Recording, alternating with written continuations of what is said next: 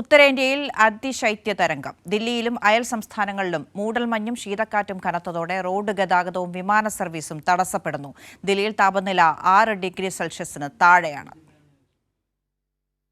രാജ്യതലസ്ഥാനത്ത് തുടർച്ചയായ 5ാം ദിനമാണ് ശൈത്യതരംഗം അനുഭവപ്പെടുന്നത്.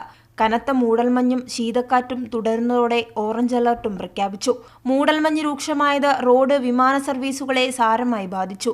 റൺവേയിൽ കാഴ്ചാപരിധി 50 മീറ്ററായിരുന്നത് 0 കുറഞ്ഞതും സർവീസുകൾ തടസ്സപ്പെടുത്തി.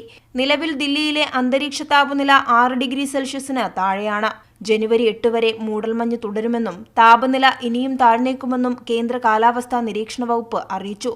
നോയിഡയിൽ 8 വരെ ക്ലാസുകൾക്ക് അവധി പ്രഖ്യാപിച്ചിട്ടുണ്ട്. പലയിടത്തും 340 മുകളിലാണ് വായു ഗുണനിലവാര സൂചിക.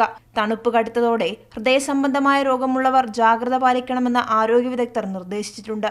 ഉത്തർപ്രദേശ്, ഹരിയാന, പഞ്ചാബ് അടക്കമുള്ള വടക്കേന്ത്യൻ സംസ്ഥാനങ്ങളിൽ ഏതാനും ദിവസം കൂടി ശൈത്യതരംഗം തുടരും. കൈരളി ന്യൂസ്, ദില്ലി.